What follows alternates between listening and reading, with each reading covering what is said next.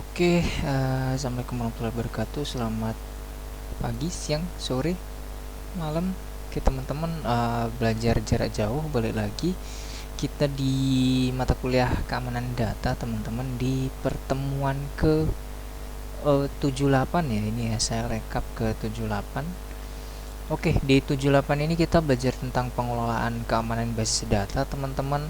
Jadi nanti seperti apa sih, kita bakalan cari tahu sama-sama bareng-bareng seperti apa sih pengelolaan keamanan basis data. Setelah sebelumnya kita tahu bahwa basis data itu adalah bagian daripada database, dan database itu seperti apa nanti. Oke, di pengelolaan keamanan basis data, pertama itu kegiatan set yang meliputi, set itu maksudnya setting ya, menentukan ya jatuhnya ya. Pertama itu adalah perencanaan keamanan basis data itu sendiri, kemudian analisis kebutuhan keamanan basis data, kemudian perencanaan keamanan basis data, kemudian implementasi keamanan basis data, audit keamanan basis data teman-teman. Oke, kita next. Ini adalah overview ya yang bakalan kita bahas. Kita next. Jadi yang paling pertama itu adalah perencanaan keamanan basis data. Keamanan basis data ataupun security dalam basis data itu harusnya kita yang membuat rancangannya. Kitalah orang IT dan orang rekam medis lah yang akan mungkin manajer juga akan menentukan, tetapi biasanya yang merancang untuk data keamanan pasien dan lain-lain, data kesehatan dan lain-lain harusnya orang MIK. Itulah kita belajar tentang perencanaan keamanan basis data. Bagaimana sih sebenarnya? Yang pertama itu bagaimana sih sebenarnya organisasi memenuhi kebutuhan keamanan basis data. Jadi yang pertama yang harus kita tahu itu adalah cara mengidentifikasi, kemudian mengorganisir kegiatan keamanan basis data, baik itu di sistem komputasi maupun di database-nya. Kemudian tujuan rencana keamanan database, balik lagi basis data nggak akan jauh-jauh dari database. Basis data ya isi daripada database, yaitulah tidak akan jauh-jauh ya, tetap akan ada keterhubungan di antara keduanya.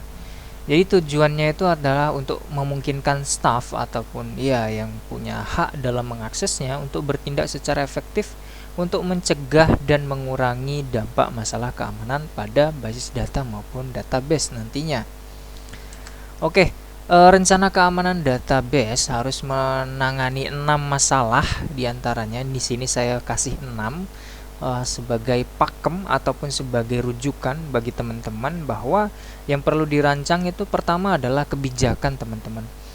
Tanpa adanya kebijakan, sebuah data ataupun basis data yang dikembangkan tidak akan punya arah pengembangan. Pertama, tidak akan punya arah kemana aturan-aturan pemakaian, penggunaan, keluar masuk data dan lain-lain. Kemudian tanpa kebijakan, data pun tidak akan punya arah keamanan, kemudian penanganan ketika terjadi sesuatu masalah terhadap data. Jadi yang paling pertama dibuat itu harusnya adanya kebijakan, baik itu dari direktur, manajer, kemudian kepala unit rekam medis. Itu harus bersinkronisasi, bahkan kepala unit IT pun harus diikut sertakan. Jadi dari kepala unit IT, kepala unit rekam medis, rumbukan apa ya bahasa Indonesianya, saling berkoordinasi satu sama lain, kemudian merancang.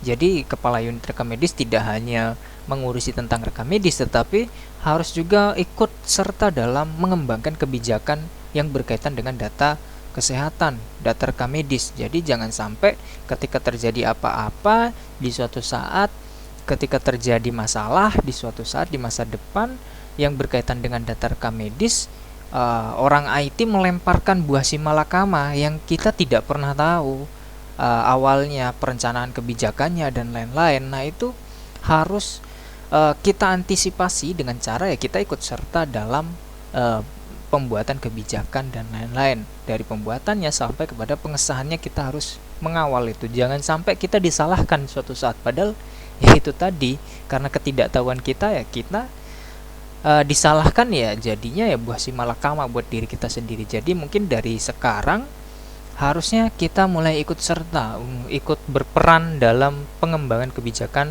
basis data ataupun dari database atau tadi basis data ataupun database kesehatan dalam instansi kita. Nah, itu yang pertama.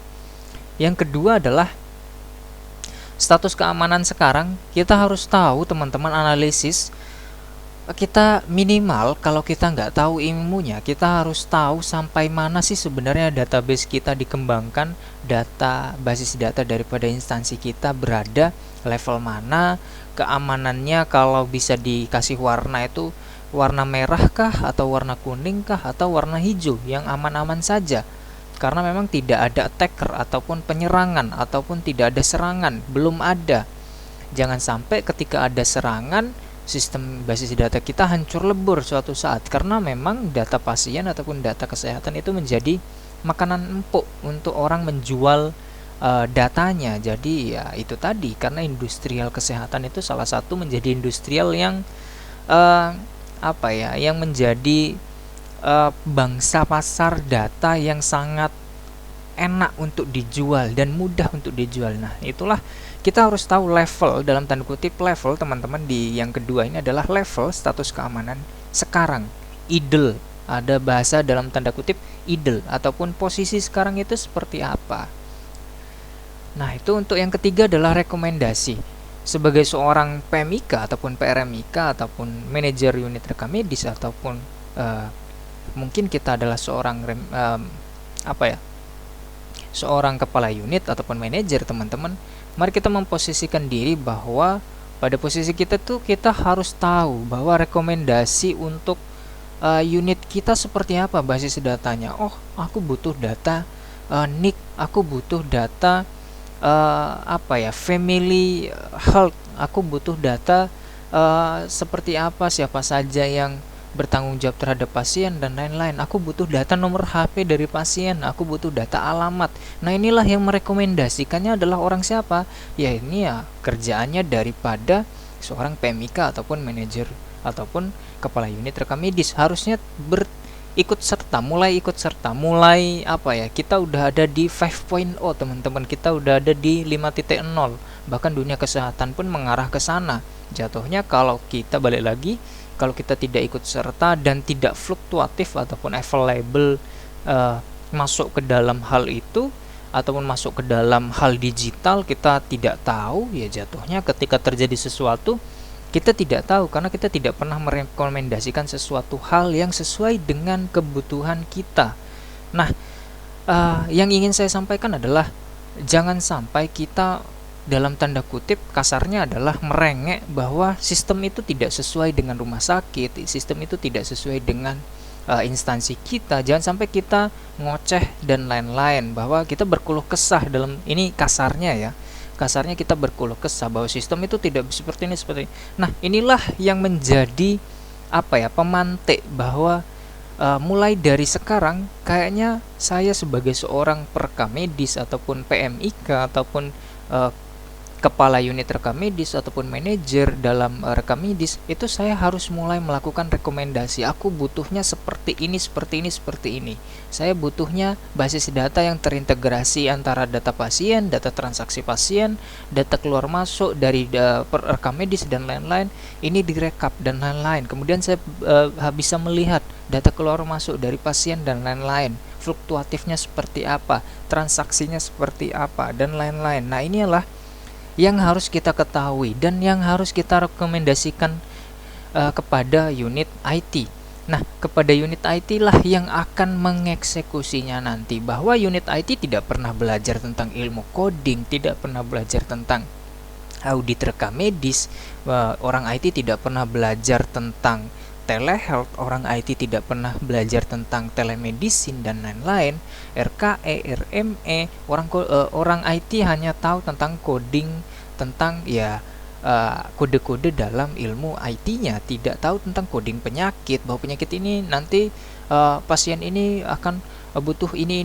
Dia tidak pernah belajar seperti itu. Nah, inilah fungsi untuk bahwa seorang PMIK itu harus merekomendasikan, mulai dari sekarang itu merekomendasikan bahwa saya butuhnya ini. Setidaknya kita sebagai seorang PMIK ataupun kita sebagai seorang manajer dalam unit rekam medis ataupun kepala unit rekam medis mulai membuat skema petaan ataupun mapping oh sekarang tolong buatkan saya data yang seperti ini, atau tolong buatkan kantong data yang seperti ini. Mari kita kedepannya mulai mengeksekusi bahwa kantong data ini harus diisi oleh data pasien dan lain-lain seperti yang seharusnya ada. Nah, inilah yang ada ataupun yang terlingkupi dalam PMK 24 ataupun yang keluar kemarin itu, bahwa PMK 24 itu, undang-undang PMK yang 24 itu keluar eh, tidak hanya mengatur tentang lalu lintas elektronik rekam medis, digitalisasi dan lain-lain, tetapi dia juga mengatur tentang interoperabilitas, teman-teman. Jadi di rekomendasi ini mulailah teman-teman untuk terpantik ataupun mulai untuk tersentil bahwa oke, orang IT ini nggak bisa bekerja sendiri, bahwa mereka butuh guideline, mereka butuh dituntun dengan kemampuan kita, dengan knowledge yang kita punya, bahwa mereka harus mengimplementasikan juga konsep rekam medis yang sesungguhnya, yang sesuai dengan teori kaidah yang benar kepada sistemnya. Jadi sistem itu tidak hanya asal jadi. Nah, itu rekomendasi teman-teman. Jadi sangat krusial ya. Jadi dari kebijakan, status keamanan sekarang, kemudian rekomendasi. Kemudian yang keempat, teman-teman, setelah rekomendasi dan lain-lain, kita membuat mapping dan lain-lain. Dari mapping inilah, dari peta yang kita buat, sketsa peta pemetaan basis data ataupun database manajemen basis data yang kita buat ini. Contoh, kita buat kantong data tentang COVID, contoh ya. Ataupun kita buat kantong data tentang lansia, contoh, dalam suatu sistem RME kita ataupun dalam sistem SIM-RS kita.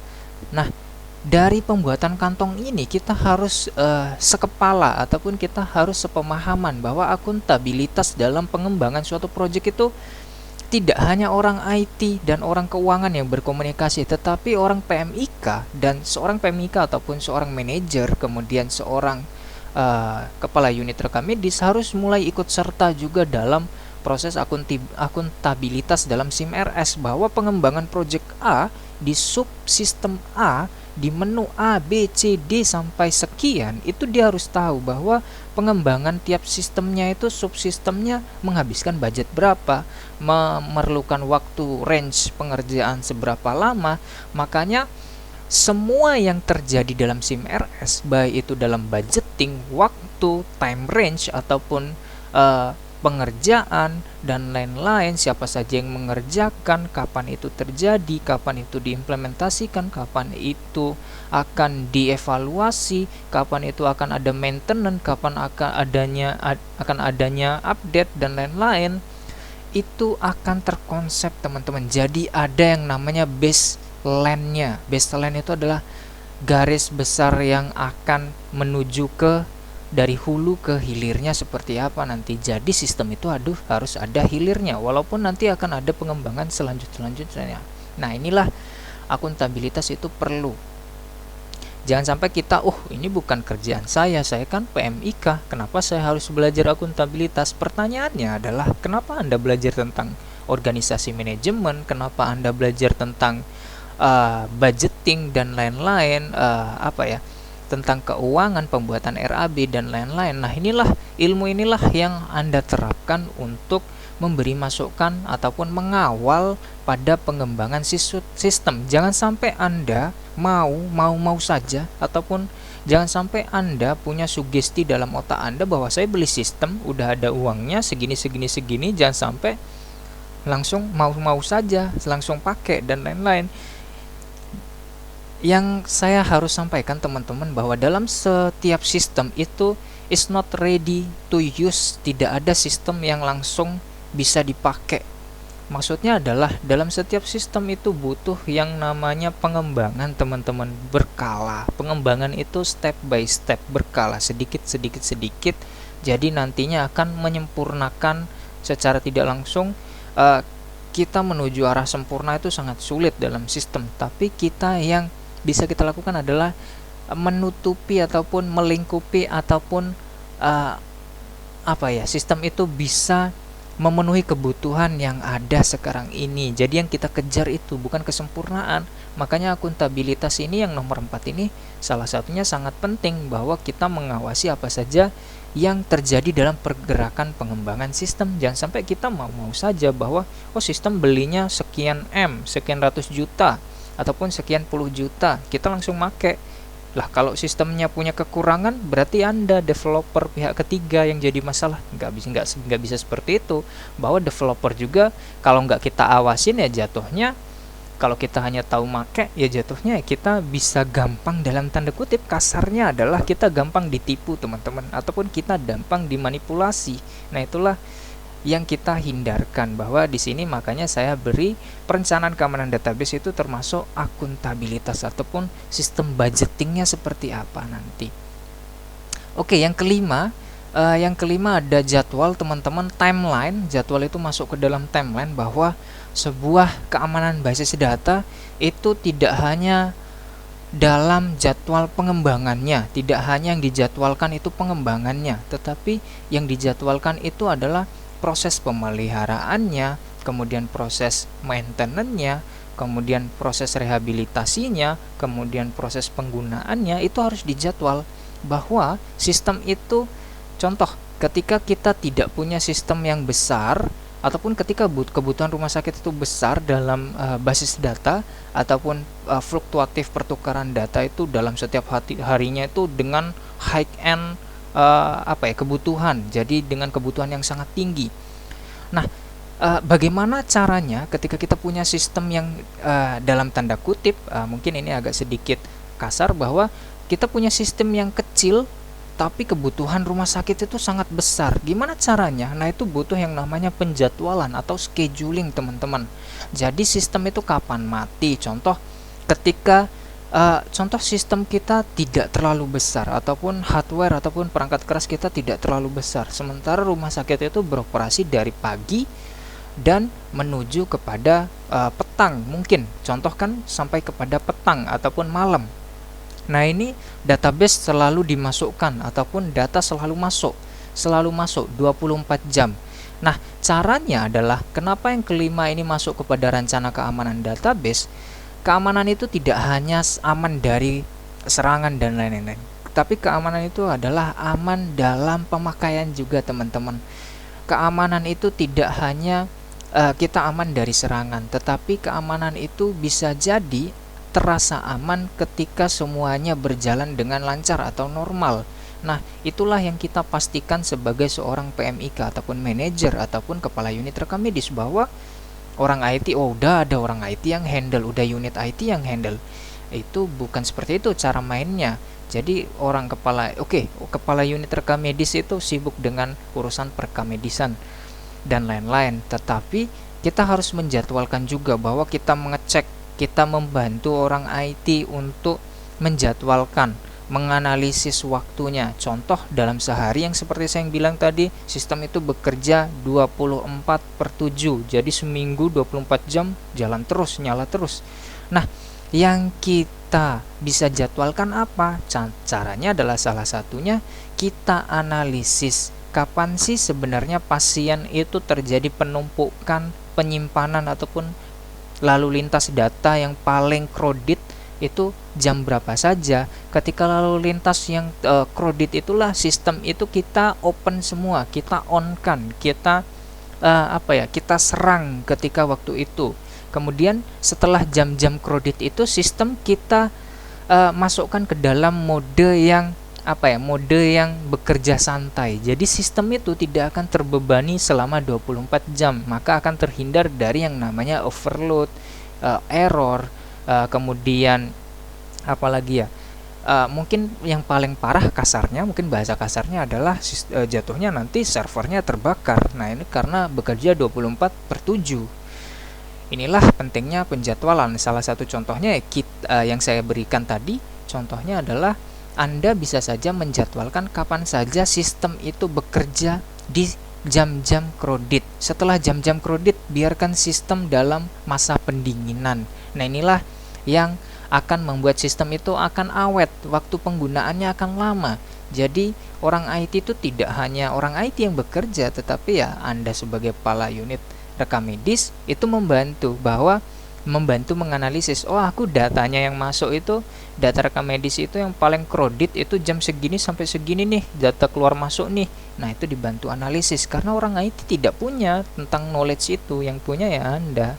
Nah inilah gimana caranya sinkronisasi dalam manajemen data ini membuat fluktuatif transaksi data itu aman, tentram, normal dan lain-lain. Ketika data normal, itu semua akan baik-baik saja. Maksudnya kerjaan Anda enak setiap harinya, orang IT enak, kepala unit rekam medis enak, orang-orang perekam medis di bawah unit Anda enak, kemudian manajer pun tidak pusing untuk melaporkan terjadinya kerusakan pada direktur dan lain-lain di instansi Anda. Nah itulah pentingnya dari penjadwalan. Itu yang kelima. Yang keenam adalah melanjutkan perhatian. Melanjutkan perhatian ini maksudnya adalah dalam setiap pekerjaan itu ada yang namanya point of view, teman-teman. Buatlah point of view. Jadi dalam setiap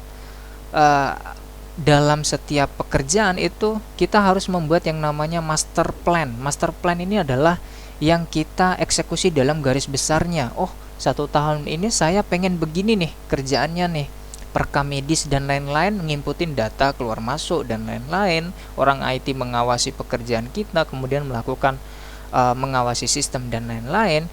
Kemudian saya sebagai kepala unit rekam medis, saya akan melakukan perhatian pada beberapa aspek. Contoh, ketika rumah sakit kita mengembangkan satu sistem SIMRS, sistem informasi manajemen rumah sakit, kemudian di dalam sistem itu kita mengembangkan side by side. Side by side itu apa? Side by side itu adalah mengembangkan sistem menyicil. Contoh, rawat inapnya dulu nih yang dikembangkan, biasanya rajal dulu ya. Rajal dulu nih yang dikembangkan, baru ranapnya. Ranapnya nanti menyusul setelah rajal jalan dengan paripurna. Ketika rajal paripurna, barulah ranap mengikuti. Nah, dalam pengembangan yang seperti ini, side by side ataupun menyicil seperti ini, kita harus punya point of view, teman-teman. Poin mana saja yang kita awasin. Sementara dalam pengembangan RME itu ada 6 baseline ataupun 6 point of view ataupun 6 titik yang kita harus perhatikan dalam pengembangannya ya, dalam tanda kutip pengembangan ya. Di sini adalah kita harus melakukan selection, kemudian kita melakukan implementasi, kemudian kita melakukan developing itu pengembangan, kemudian kita melakukan yang namanya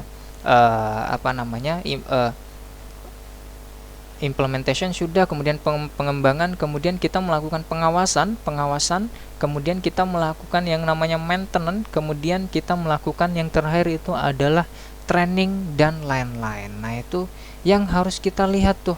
Nah, itu sudah diatur sebenarnya dalam PMK 24, kemudian dalam beberapa perundang-undangan yang berkaitan dengan interoperabilitas dan dalam beberapa point of view yang ada pada satu sehat, teman-teman. Nah, itu bisa dilihat dalam pengembangan RKS seperti apa, RMS seperti itu apa. Nah, itu ada yang namanya baseline-nya, dimana baseline inilah yang menjadi pakem perhatian kita ataupun point of view kita dalam mengerjakan pengembangan rekam medis ataupun pengembangan keamanan data kesehatan. Balik lagi ke data kesehatan ya. Nah, itu ada kebijakan, status keamanan sekarang, rekomendasi akuntabilitas, kemudian penjadwalan ataupun jadwal, kemudian melanjutkan perhatian ataupun membuat point of view ataupun kita membuat titik-titik mana saja yang perlu kita awasin nih dari pengembangan keamanan database ataupun basis data ataupun data kesehatan. Oke, itu teman-teman yang berkaitan dengan rencana. Oke, dalam kebijakan dari rencana kita move to forward ataupun kita beranjak ke depan. Setelah kita membuat rencana, apa yang kita membuat lagi? Ada rencana, ada plan. Nah, setelah plan dibuat itu apa yang dilakukan? Setelah plan dilakukan adalah yang kita buat bukan lagi kita membuat sebuah tulisan, bukan lagi, tetapi yang kita buat adalah suatu yang namanya kebijakan. Kebijakan itu bisa tertulis, bisa juga kebijakan itu berbentuk juknis, bisa juga panduan dan pedoman dan lain-lain. Nah, dalam kebijakan keamanan untuk operasional basis data, ini kita juga harus mengatur teman-teman Jadi tidak hanya kita pasrahkan atau layehkan ataupun kita berikan aksesnya kebijakan-kebijakan ini kepada manajer langsung kepada unit IT, ataupun unit IT menawarkan kepada manajer, tetapi Anda sebagai PMIK ataupun MIK itu juga menjadi penjembatan teman-teman, bahwa dalam kebijakan keamanan data operasionalnya itu harusnya seperti apa, untuk untuk bentuk normalnya ataupun bentuk available-nya seperti apa. Nah, inilah harus yang kita lihat teman-teman, ataupun yang harus kita rank-rank. Nah, harus kita tentukan juga nih. Pertama, mungkin di sini yang saya berikan bahwa ada kebijakan keamanan sistem. Itu yang harus pertama, bahwa sistem itu harus aman sesuai dengan standar, entah itu menggunakan standar ITIL, kemudian ISO, entah itu dengan standarnya. Kalau SIM-RS ataupun RMA mungkin standarnya ya HL7, ataupun sekarang ada HLE, HL8. Nah, itu harus mengikuti WHO dan lain-lain. Itu bisa dibuat teman-teman, kemudian bisa juga dirujuk. Kemudian ada kebijakan keamanan data. Kebijakan keamanan data ini seperti apa? Standar mana yang kita rujuk? Ada ISO, kemudian ada COBIT teman-teman. Ada banyak sebenarnya standar keamanan data. Ada ISAC juga, kemudian ada apa lagi? Ada beberapa American Information of Data dan lain-lain, dan itu bisa dibuatkan standar. Kemudian kebijakan keamanan user teman-teman. Kebijakan keamanan user, level-level user itu harus ditentukan. Tidak hanya orang IT yang menentukan, justru mereka yang membuat plot dan lain-lain. Nah, inilah yang membuat sistem itu kadang accessible-nya ataupun aksesnya itu memiliki keterbatasan. Tidak semua orang bisa mengakses. Contoh, unit rekam medis hanya tersedia satu user password ataupun satu user. Nah, di mana satu user ini semua perekam medis menggunakan user yang sama. Nah, ini harusnya dalam kebijakan keamanan data dan lain-lain ini kan dalam tanda kutip dipertanyakan, bahwa kalau satu user diakses oleh satu user ini, maksudnya satu akun itu diakses oleh banyak perekam medis, nih contoh di unit rekam medis, maka ketika si A bekerja melakukan kesalahan, maka perekam medis lain akan ikut bertanggung jawab dalam pekerjaan si A tadi, kesalahan si A tadi. Nah, ini adalah kita tidak tahu nanti siapa yang salah, siapa yang benar, dan siapa yang bekerja sesuai prosedur dan siapa yang tidak bekerja sesuai prosedur. Nah, inilah yang akan jadi rujukan. Harusnya kebijakan keamanan user itu ada juga, bahwa level-level user, kemudian siapa saja user yang harus diberikan level A, kemudian contoh ya level A itu kepada manajer, kemudian level B itu kepada unit kepala unit, kemudian level C itu kepada staff-staff yang ada. Nah, ini adalah harusnya ada leveling ataupun tingkatan dalam setiap pengguna teman-teman. Nah, ini kebijakan keamanan user. Kemudian kita lanjutkan kepada kebijakan pengelolaan password teman-teman. Password itu tidak harus diberikan default. Kebanyakan di rumah sakit itu masih banyak yang ini tidak menjudge, tapi teman-teman beberapa saya lihat dari orang yang menggunakan SIM-RS itu seringkali menuliskan passwordnya pada kertas, kemudian menempelkannya di meja kerja. Itu adalah salah satu sangat tidak mengimplementasikan SOP sebuah penggunaan sistem teman-teman, bahwa password itu ya hanya dia yang tahu, tidak boleh ditempel, tidak boleh ditulis dalam ranah publik, ataupun tidak boleh orang lain itu mengakses komputernya dia ataupun akunnya dia. Nah, ini adalah harusnya ada kebijakan pengelolaan password, membuat SOP, juknis penggunaan dan lain-lain. Kemudian ada kebijakan audit teman-teman. Ada kebijakan audit dalam ilmu rekam medis ataupun MIK, PMIK juga itu ada yang namanya kebijakan audit. Apa saja yang kita audit? Apakah data itu bisa diaudit teman-teman? Tentu saja bisa. Bahwa data itu apa yang bisa kita audit? Data itu ada banyak yang bisa kita audit. Satu, kelengkapan, kemudian keutuhan, kemudian keakuratan, keamanan terutama yang kita pelajarin di sini. Kemudian ada juga yang namanya data itu siapa saja yang bisa mengakses. Nah, itu bisa juga diaudit. Kemudian setelah kebijakan audit kita tentukan, kemudian ada checklist sebuah keamanan. Jadi kita membuat juga checklist keamanannya. Nah, ini akan mungkin dikerjakan secara teknis oleh orang IT, tetapi kita juga punya kewajiban, bukan kewajiban ya, kita juga punya apa ya, tuntutan untuk mengawal juga teman-teman.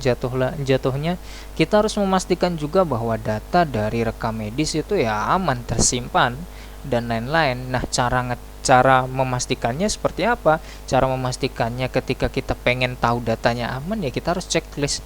Oh, data pasien itu aman, di checklist. Kemudian data rekam medis masuk, data yang masuk, data pasien masuk dari TPP. Nah, itu apakah aman? Apakah ada kekurangan? Nah, itu ada checklistnya.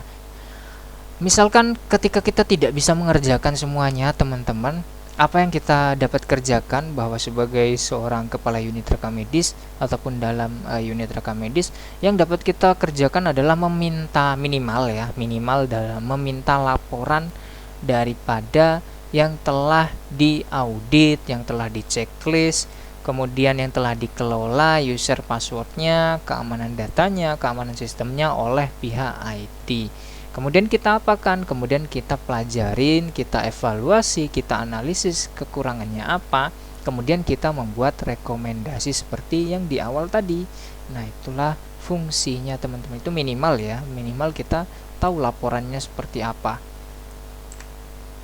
Kemudian ini adalah apa ya? Jabarannya, detailannya, kebijakan keamanan sistem itu apa aja.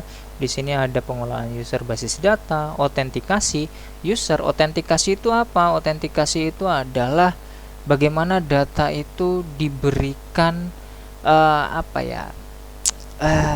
Diberikan semacam proven atau semacam apa bahasa awamnya ya.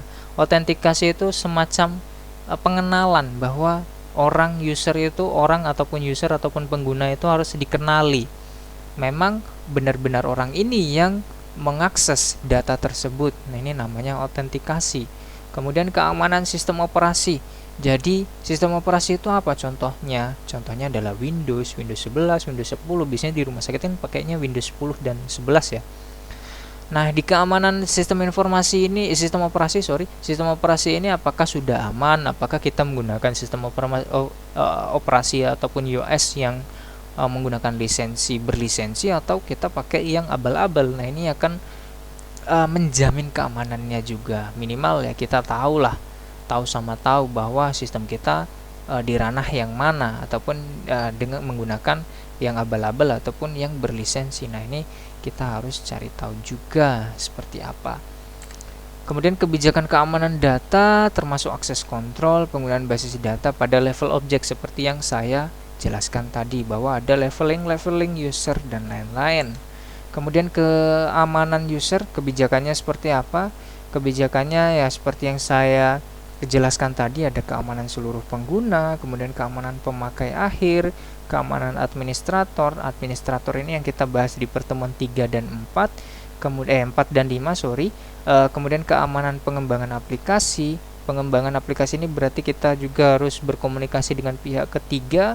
Kemudian keamanan administrator aplikasi ataupun pihak staff IT yang benar-benar mengoperasikan ataupun mengamati ya pergerakan daripada aplikasi kita ataupun memelihara aplikasi kita. Nah, itu harus dijamin kebijakan daripada keamanan usernya. Kemudian kebijakan pengolahan password ini teman-teman, ini adalah masalah ya, baik di puskesmas ataupun di rumah sakit. Sebenarnya keamanan password ini harusnya yaitu tadi yang saya temukan dalam beberapa kali saya melakukan studi ke rumah sakit, itu bahwa password terkadang rumah sakit atau puskesmas ya, Nah, ini beberapa kali password itu ditempel di meja kerja dan lain-lain yang pakai stick note gitu. Nah, itu bahkan itu hal yang membahayakan seharusnya, bahwa yaitu mempermudah kita untuk mengingat, tapi itu adalah hal yang membahayakan, di mana sistem itu bisa diakses oleh orang yang tidak kita ketahui dan tidak terdeteksi jejaknya nanti akan terdeteksinya siapa? Ya, orang yang punya akun tersebut.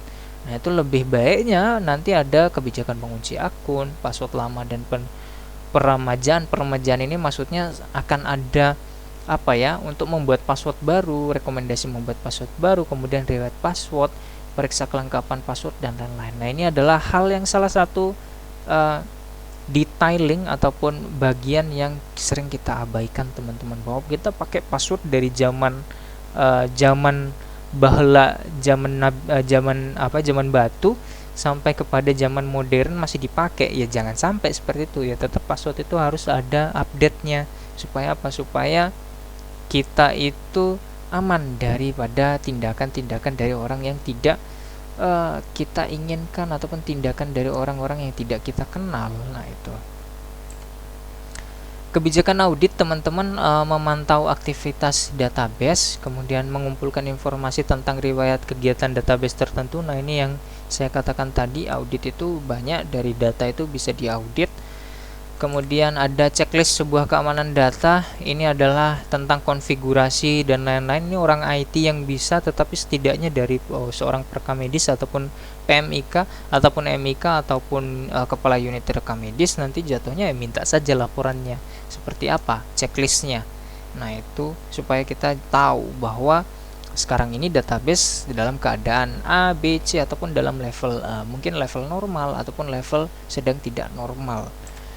Kemudian status keamanan sekarang menggambarkan status keamanan basis data pada saat perencanaan, di mana status meliputi sebuah daftar dari sumber daya database, ancaman keamanan terhadap sumber daya database ataupun data tersebut, kemudian kontrol di tempat untuk melindungi sumber daya dan lain-lain. Rekomendasi keamanan basis data, teman-teman, bahwa kepemilikan dan tanggung jawab sumber dan kerentanan daripada data itu, mereka itu maksudnya data, kemudian ada ancaman, kemudian solusi, teman-teman, kemudian keamanan. Ukuran ini maksudnya adalah kita mau bikin keamanan yang segede apa nih untuk sistem kita yang segede seperti ini nih. Untuk CMRS yang ada sekarang, keamanannya maunya segede apa nih. Nah, itu harus dilakukan rekomendasi keamanan juga. Kemudian pedoman untuk personil ini bisa juknis dan lain-lain seperti yang saya jelaskan sebelumnya.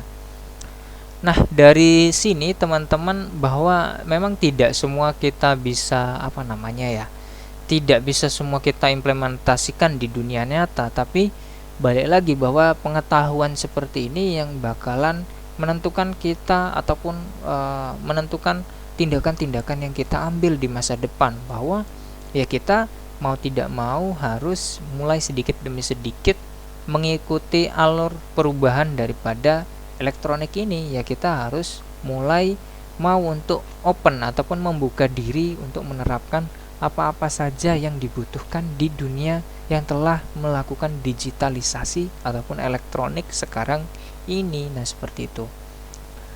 Akuntabilitas keamanan basis data, kita beranjak, teman-teman, move forward.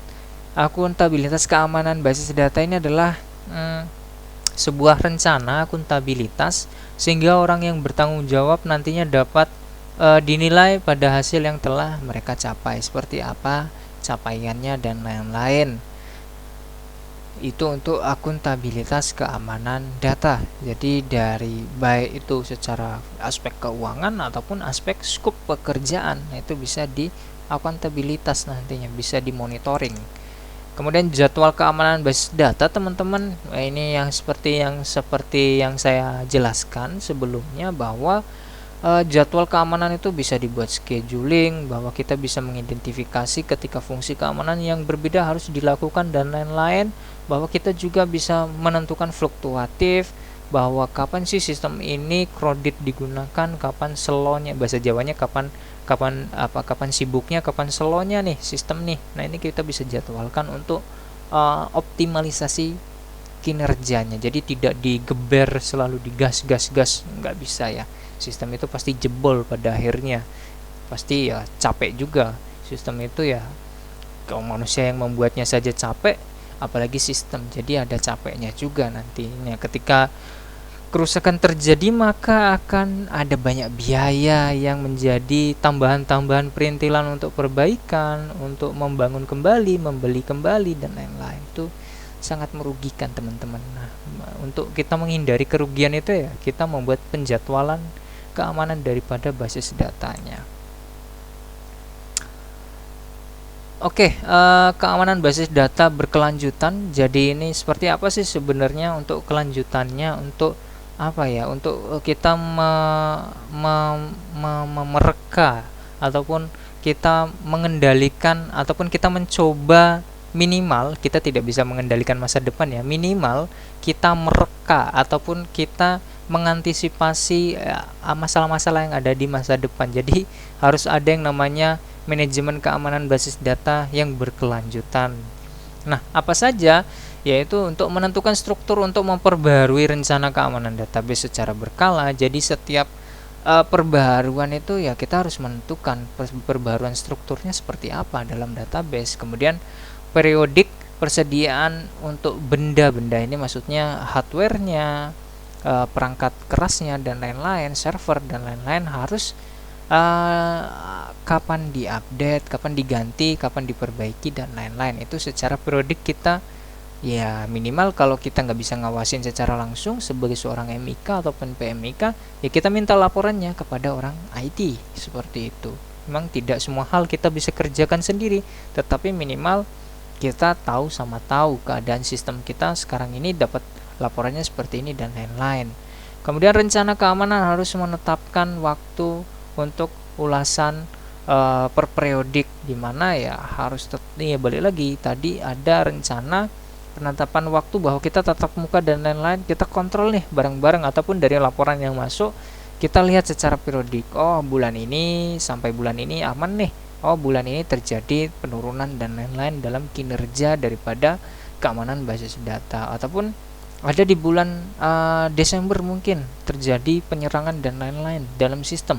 Nah, itu kita harus lihat periodiknya, apakah kita dalam periode bulan setelah Desember ke Januari itu kita bisa memperbaiki kerusakan ataupun gimana, seperti apa, atau butuh berapa lama. Nah, itu harus ada pengawasan per periodik, teman-teman.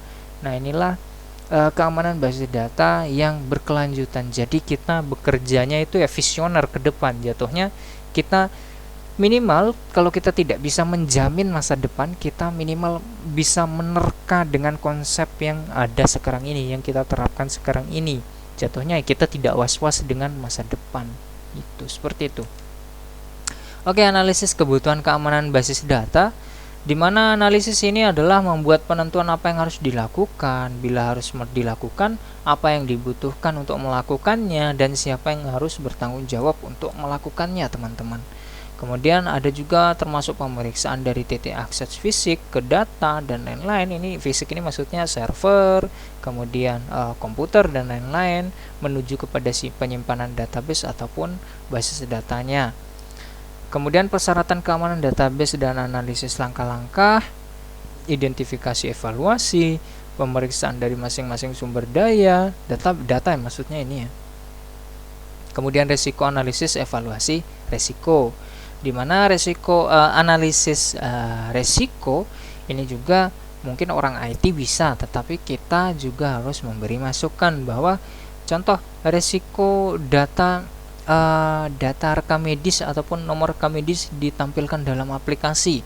Nah, itu akan punya resiko A, B, C, D. Nah, itu kita memberi arahan kepada orang IT. Jadi kita punya evaluasi dan analisis risiko jatuhnya. Kemudian penentuan ataupun penentuan bagaimana untuk mencapai tingkat keamanan yang diinginkan. Jadi kita punya goals juga, teman-teman. Harus kita punya goals, punya tujuan bahwa kita amannya, menurut kita itu sekarang amannya kita ada di level ini nih, di level A, B, C, D, level 1, 2, 3. Nah, itu kita harus menentukannya. Apakah ada standarnya? Ada, teman-teman. Nanti bisa melihat standar CIA, confidentiality, integrity, dan availability. Kemudian bisa merujuk ke situ, bisa merujuk kepada kalau penyandian itu ICAA dalam Amerika Code tadi yang saya bilang di awal sebelumnya di awal pertemuan. Kemudian ada bisa juga melihat dari ITIL, kemudian ada beberapa juga dari standarisasi sistem pada HL7 ataupun hard level 7 ataupun hard level 7, di mana pencapaian tingkat keamanan basis data pada kesehatan, sistem digital pada kesehatan seperti apa. Nah, itu bisa dilihat, teman-teman, bisa di rank-rank, bisa diskemakan. Minimal kalau kita punya kemampuannya kita bisa menyekemakan itulah. Nah, inilah apa ya tujuan daripada kuliah keamanan basis data ini, ya di situ bahwa kita harus mendapatkan, minimal kita dapat pengetahuannya, kita tahu bahwa oh saya harus A B C D, standarnya pakai standar ini A B C D. Nah, itu dimana standarisasinya ya dapat dilihat sendiri bahwa dalam WHO itu sudah mengeluarkan HL7 untuk sebagai pakem. Permenkes itu bisa digunakan juga, di mana ada PMK24 dengan cakupan-cakupan isian dari data rekam medis elektronik, kemudian cakupan daripada interoperabilitas dan lain-lain. Nah, itu bisa dipelajarin teman-teman. Contoh keamanan ini untuk pihak luar, user untuk pihak luar, yaitu mengakses mengupdate data yang bukan menjadi haknya, kemudian menggunakan hak akses orang lain. Ini tipu teman-teman ya, sorry. Oke, melihat, kita lanjut, melihat dan mengupdate data yang tidak diotorisasi ataupun bukan kepemilikannya sendiri. Nah, ini adalah untuk pihak luar. Ini contoh-contoh yang tidak sesuai rootnya ataupun tidak sesuai cakupannya, tidak sesuai dengan jalur seharusnya ya. Nah, ini dia harusnya nggak boleh nih ya, seperti ini.